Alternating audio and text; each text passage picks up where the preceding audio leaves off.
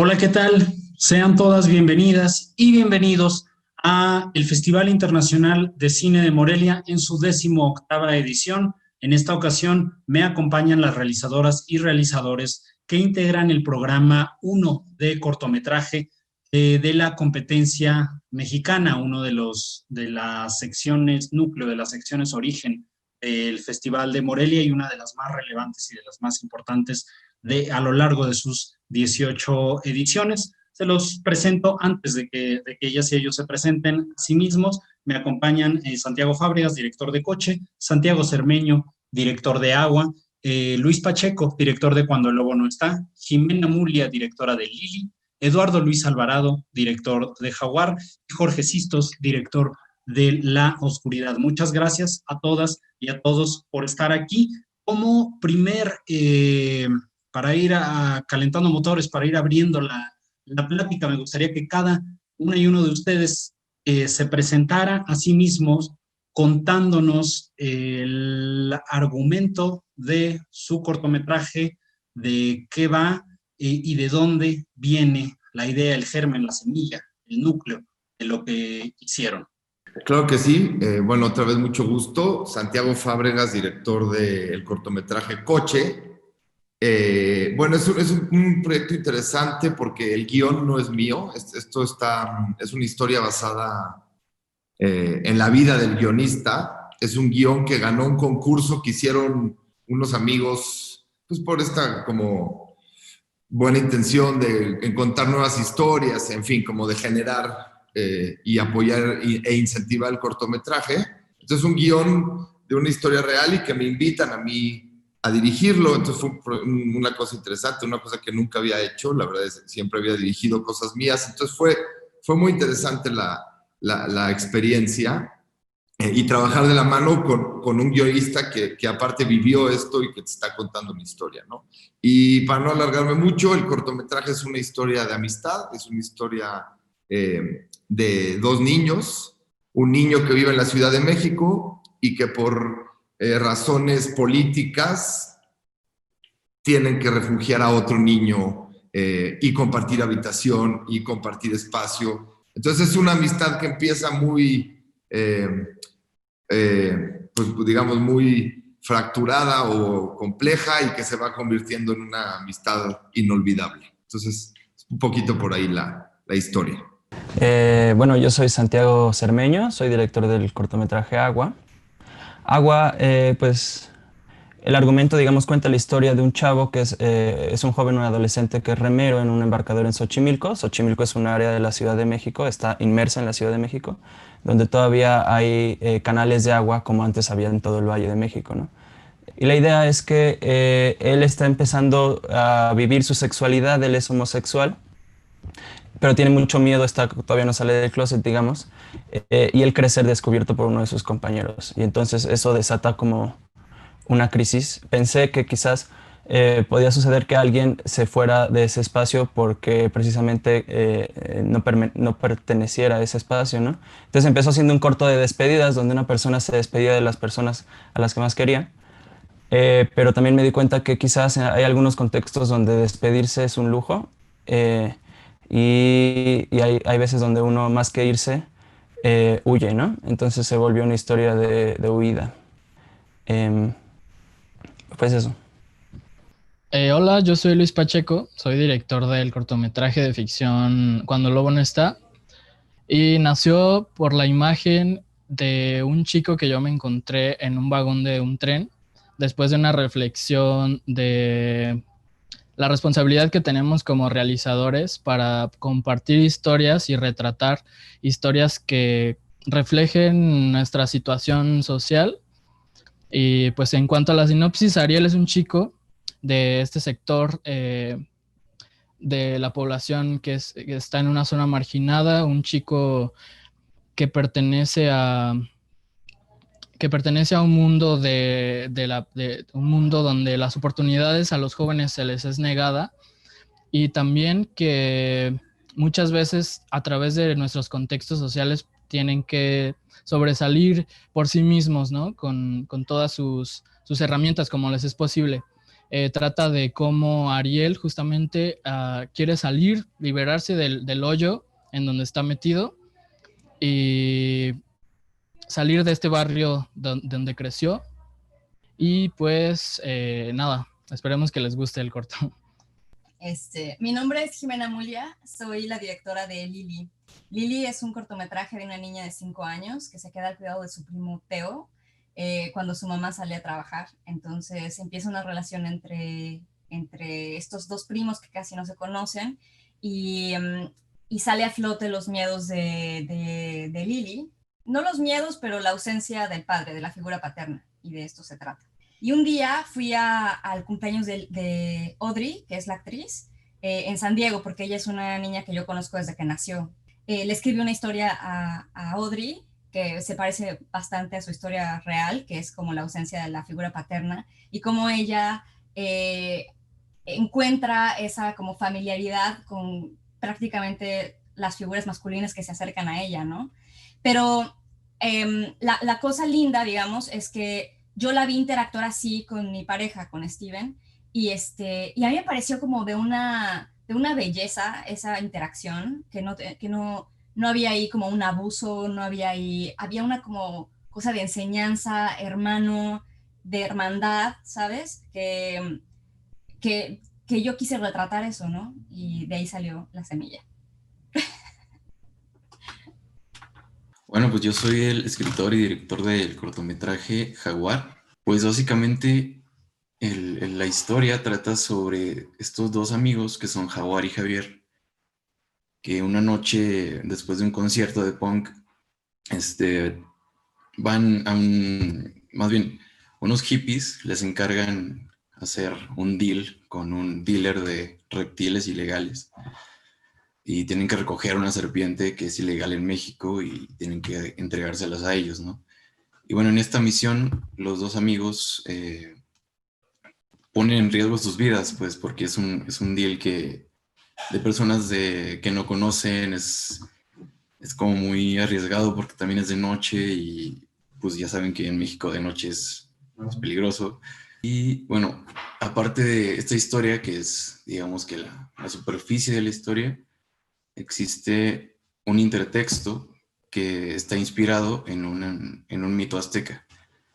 El mito azteca es el de cuando Tezcatlipoca Negro y Quetzalcóatl bajan al inframundo a vencer a esta bestia en forma de pez serpiente para poder crear la vida en la tierra, ¿no? Entonces decidí meter estos como símbolos o guiños a la mitología azteca, porque, bueno, yo me he fijado que en muchas películas que a mí me gustan mucho, utilizan mucho estos intertextos, estos guiños.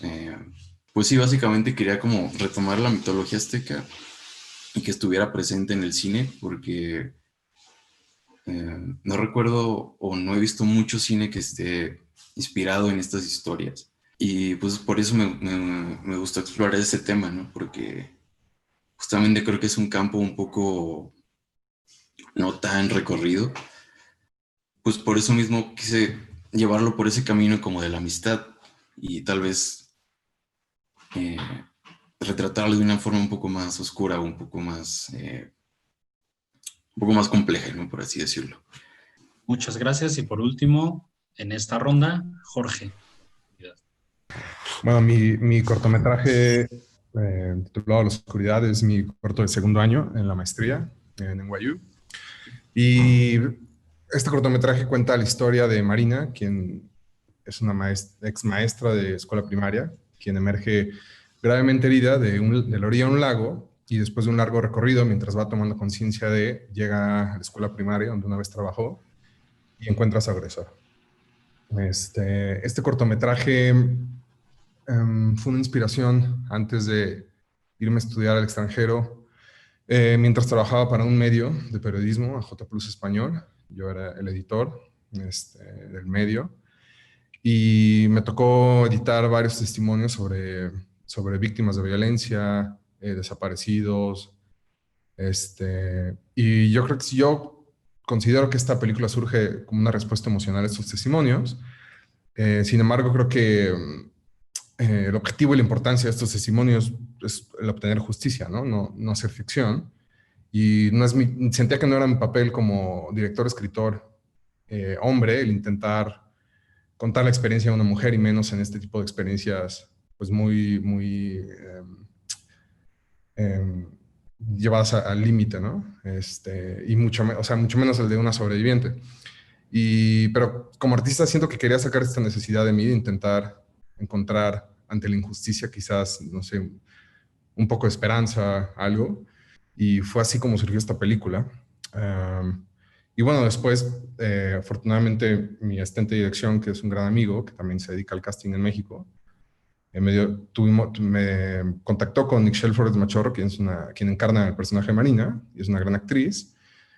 Y pues juntos repensamos el personaje y pues ella se fundió, ¿no? Con esta personalidad, ¿no? Y construimos este cortometraje, que es de género. Algo que une a todas las historias, la gama de historias que ustedes nos están contando, es la posibilidad de reconocernos en la mirada del otro, en la mirada de alguien a quien aceptamos o a lo mucho toleramos como ajeno o que vive en otra condición, sea esta la preferencia sexual, la identidad de género, una situación de violencia o de nacionalidad o de identidad en su sentido más amplio. Algunos de sus personajes viven en un entorno ajeno a aquel que cada uno considera propio, y otros intentan escapar del entorno que ya no reconocen como suyo. Hay una doble distancia aquí, a veces es entre los personajes mismos que ustedes inventan, que ustedes nos están narrando, y también entre ustedes y esos personajes, que viene de esta necesidad primaria del cine de reconocernos en la mirada de aquellas que nos resultan ajenos por alguna condición. ¿Nos pueden contar, por favor, algo sobre el proceso de escritura, el proceso de creación de estos personajes y de las historias a través de su trabajo como guionistas o bien como narradores, si se trataba ya de un guión previo, por favor? Bueno, en mi caso, Coche es la historia de un niño que vive en la Ciudad de México en los años 80, que existía la guerrilla de Guatemala y del Salvador, ¿no? En Centroamérica, una guerrilla, bueno, muy salvaje, que se vio obligada a reclutar niños soldados, ¿no? Entonces, en la Ciudad de México había gente que apoyaba esta guerrilla, ¿no? Y clandestinamente recibía niños para poderlos apoyar, sobre todo en temas de salud, ¿no? Niños heridos, niños con algún problema físico, del que fuera, por decir, desde heridas de batalla hasta heridas, no sé, de desnutrición, por decir, ¿no? Entonces, en ese sentido, la persona que escribió ese guión es quien recibía, es el hijo de una señora que recibía constantemente a niños soldados, ¿no? Entonces era un niño, perdón, que vivía constantemente como ir y venir de gente que iba y venía y se quedaba en su casa, ¿no? Entonces, al principio vivía como esta invasión y después se encariñaba con los soldados y después los soldados se regresaban a la guerrilla, ¿no? Entonces, en este caso, el personaje principal, que es David y que es Daniel, quien escribió el guión, pues vivió en carne propia lo que era tener un niño herido, un niño soldado en casa, y que era como era un doble sabor de boca, ¿no? Por un lado, era una admiración, ¿no? Cuando entendía lo que era, o sea, una admiración y un aprendizaje muy grande para él, ¿no? O sea, tener a un niño, pues tú imagínate lo que un niño que vive en la selva, soldado, pues, se vuelve adulto antes de tiempo, ¿no? Entonces eso se convertía en un aprendizaje también para David, que a su vez, pues también tiene pues como un recuerdo semi amargo dulce, ¿no? Por un lado conoció a gente muy interesante, pero por otro lado se encariñaba de estos chavos y se iban, ¿no? Entonces se quedaba sin amigos. Entonces era como un ir y venir un poco extraño. Y bueno, yo para trabajar, pues y para llevarlo al cortometraje, digamos, pues trabajé mucho con Daniel en entender cómo era lo que él sintió y vivió, pues para poderlo plasmar en el cortometraje. Pues en el caso de Agua, digamos, sí, Camilo, mi protagonista, digamos, no pertenece a mi contexto social inmediato, e incluso como como en la identidad sexual, por ejemplo, pues tampoco compaginamos tanto. O sea, yo no he tenido esa experiencia de vida que tenía mi personaje, ¿no? Entonces, el proceso de escritura pues fue muy difícil para mí porque se trataba precisamente de poder... eh, u- eh, creo que lo más importante para mí fue poder empatizar con un proceso que yo no hubiera vivido en carne propia, ¿no? Pero sobre lo que decías, un poco como la idea de tener que irse, am, hubo un aprendizaje, yo creo que yo reconozco como en mi proceso, que fue entender eh, que Camilo, mi personaje, se va, pero no es necesariamente porque no pertenezca desde un principio, ¿no? O sea, él nació ahí y esa es su familia y esa es su comunidad y los quiere. Y realmente parte de sentir vergüenza es porque uno o nosotros, digamos, encarnamos y acorporamos, ¿no? Hacemos nuestro, incluso físicamente, la manera en la que aprendimos a crecer, a partir de nuestra familia y de nuestra comunidad, ¿no? Entonces, si tú vives, por ejemplo, en un contexto homofóbico, pues tú puedes tener una necesidad o un deseo, una orientación sexual particular, pero pues tú eres un hombre en un contexto donde los hombres crecen y se educan de cierta manera, ¿no? Entonces tú mismo acabas violentándote a ti mismo muy profundamente. Entonces, pues obviamente eso me llevó a explorar las nociones de masculinidad tradicional, pues en México, ¿no? Y eso fue como uno de las mayores aprendizajes que tuve en ese sentido. Poder explorar la masculinidad, en ese sentido totalmente yo siento que pues ahí yo conecto, ¿no? con mi personaje, porque al final yo también pues soy un hombre asumido, ¿no? Como, porque así he crecido y fue un proceso como de cuestionamiento de las violencias, ¿no? Completamente de acuerdo. Muchas gracias. Luis. Pues bueno, me parece, Sergio, muy importante la pregunta porque justo uno de nuestros principales retos fue retratar una historia de la cual sentíamos que no formábamos parte, pero desde el inicio nos propusimos trabajar con la empatía, que creo que es la herramienta fundamental de cualquier director para poder reflejar cualquier historia, ya sea que se relacione y se vincule con su historia de vida o no. Nos parecía demasiado importante recalcar en que la dirección de nuestra visión en cuanto a lo cinematográfico iba a representar, iba a solidificar una imagen que por muchos años se le ha negado a estos tipos de personajes, y queríamos también llevar una historia de oscuridad y de violencia, de podredumbre, llevarla también a la pantalla, pero también reflejando los momentos de luz, los momentos de esperanza que también estos personajes viven, ¿no?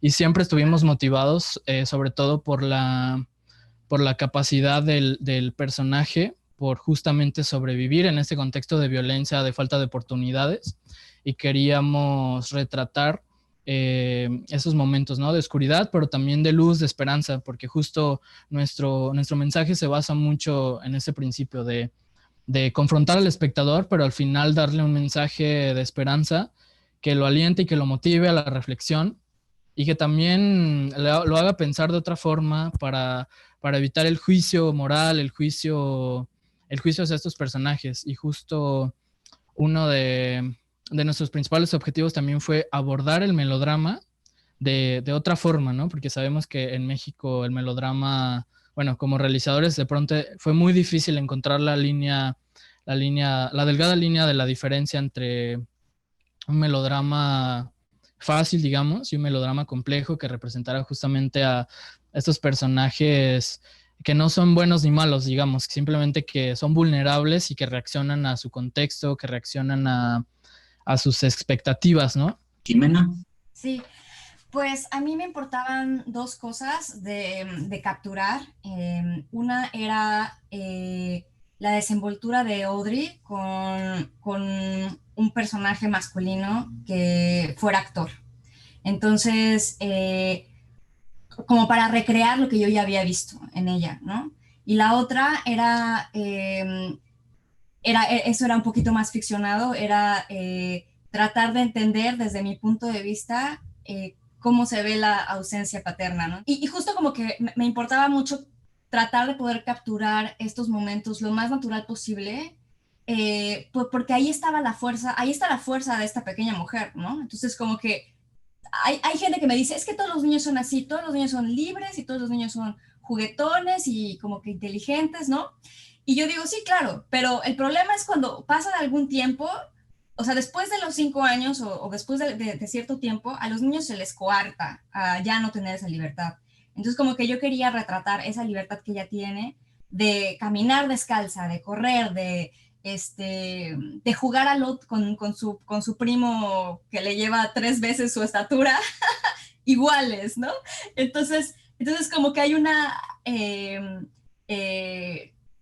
el paso, digamos, de la narración es como un jugar iguales, parecemos los dos niños descalzos y sucios, y, y eso se va transformando en también como el cambio de su primo, ¿no? Que va adquiriendo como pues una razón de que él es la figura paterna que ella extraña y se convierte un poco como en el padre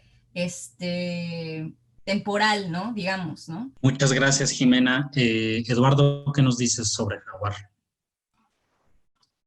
Bueno, pues el guión de Jaguar nació, como te mencionaba, sobre un mito azteca.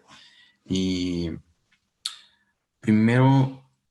la primera idea fue investigar sobre mitología azteca, ¿no? Naturalmente, pues, yo no conocía mucho acerca de estas culturas o de esta, que de por sí ya la tenemos muy cercana, pero al mismo tiempo como que muy escondida de alguna forma. Y pues no sé, de entrada eso me interesó, ¿no? Porque veía pelis que tenían estas referencias a otras mitologías y así. Y dije, ¿por qué no agarrar algo que conocemos o que tenemos más cerca aquí en el país?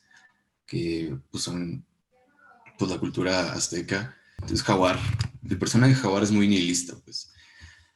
Y también quería retratar eso, ¿no?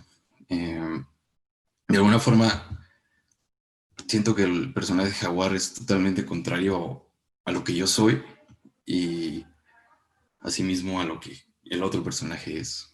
Y siempre hay como una especie de espejo en el cortometraje. Está como estas dos partes, esta dualidad como de personalidades que en algún momento van a chocar, ¿no?